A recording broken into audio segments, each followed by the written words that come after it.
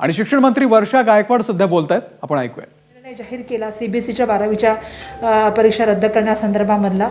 आम्ही सुद्धा त्या संदर्भामधली पूर्ण माहिती जी आहे ती आज मंत्रिमंडळाला अवगत करून दिली की इतर राज्यांनी सुद्धा काय काय निर्णय घेतलेले आहेत, म्हणजे गुजरात असेल किंवा बाकीच्या राज्याचे, ते सुद्धा मंत्रिमंडळाला अवगत करून देण्यात आले.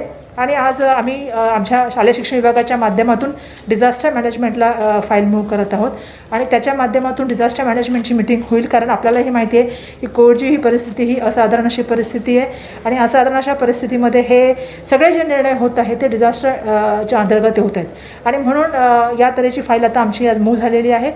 आज उद्यामध्ये त्यांची बैठक होऊन त्या ठिकाणी ती फाईल साईन होईल आणि येणाऱ्या काळामध्ये 12वी संदर्भामध्ये आम्ही आपल्याशी येऊन बोलू.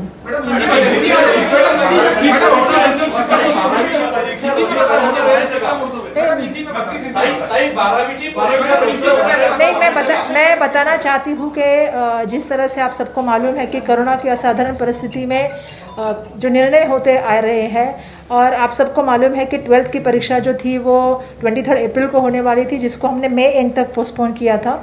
फिर कोविड की परिस्थिति देखते हुए पोस्टपोन होते गई और फिर कल केंद्र सरकार की जो निर्णय हुआ गया, जो केंद्र सरकार ने अनाउंस किया कि सीबीएसई की 12th की जो एग्जामिनेशन है उसको रद्द करने का निर्णय केंद्र सरकार की तरफ से हुआ.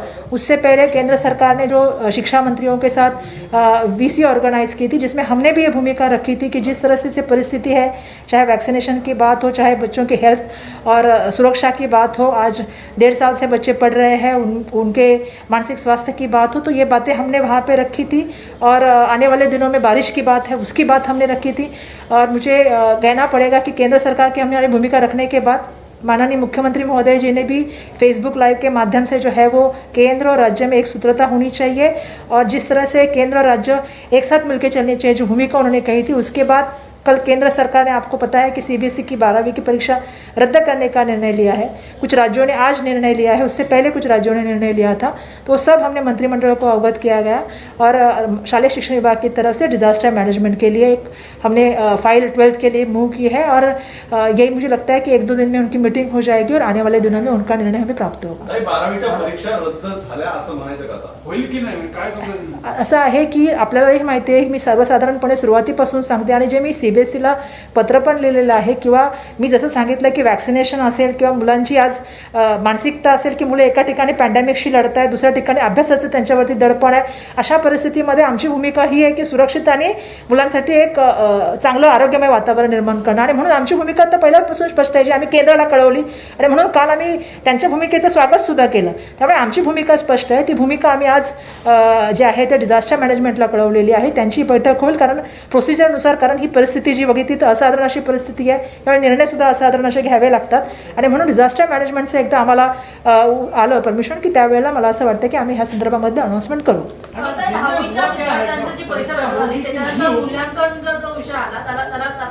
एकूणच तुम्हाला सांगण्यासाठी जवळपास 15 दिवसांचा वेळ गेली होती. आता 12वीच्या परीक्षा जवळपास रद्द होण्याच्या मार्गावर आहेत. मग त्या विद्यार्थ्यांचं मूल्यांकन किंवा त्यांची कसं हे करणे नाही, या संदर्भात मी ऑलरेडी पत्र जे केंद्र सरकारला लिहिलं त्याच्या आधी आमची एक्सपर्ट लोकांशी बैठक झाली होती आणि त्यांची सुद्धा झाली होती काही लोकांशी आणि त्या संदर्भामध्ये आम्ही चर्चा केली होती. परंतु येणाऱ्या काळामध्ये ज्या वेळेला आम्हाला डिझास्टर मॅनेजमेंटची परमिशन लेटर मिळेल त्यानंतर आम्ही या गोष्टी सगळ्यांच्या वरती आम्ही काम करण्यास सुरुवात करू.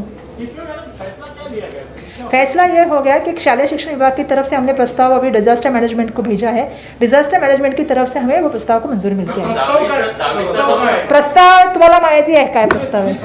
तुम्हाला माहिती आहे की आम्ही या ठिकाणी मुलांची हेल्थ आणि मुलांची सेफ्टी ह्याच गोष्टीवर जात आहोत आणि जी भूमिका आम्ही केंद्र सरकारला मांडली, माननीय मुख्यमंत्री महोदयांनी जी भूमिका मांडली तीच भूमिका आम्ही जाऊन डिझास्टर मॅनेज समोर मांडत आहोत.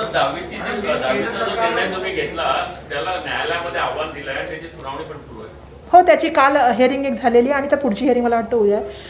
शासनाच्या वतीने सन्माननीय एजी ही भूमिका मांडतात आणि त्यांना सर्वांना परिस्थितीची जाण आहे. कारण आज आपण बघतो की केंद्र सरकारने कालच जे आहे ते 12वीच्या परीक्षासुद्धा सीबीएसईच्या रद्द केलेल्या आहेत आणि म्हणून राज्यामध्ये एवढ्या मोठ्या संख्येचे विद्यार्थी आहेत. आपण जर बघितलं तर 17-18 लाख विद्यार्थी हे 10वीला बसतात. त्यामुळे त्यांच्याबरोबर लागणारा teaching staff, non teaching staff हा सगळी परिस्थिती विचारात घेता आणि सध्याची परिस्थिती विचारात घेता हे निर्णय घेत असताना खूप काळजीपूर्वक आणि अभ्यासपूर्वक घ्यावे लागतात आणि त्याप्रमाणे तो निर्णय घेतला आहे. आम्ही ते माननीय उच्च न्यायालयाच्या निदर्शनास आम्ही आणलेला आहे.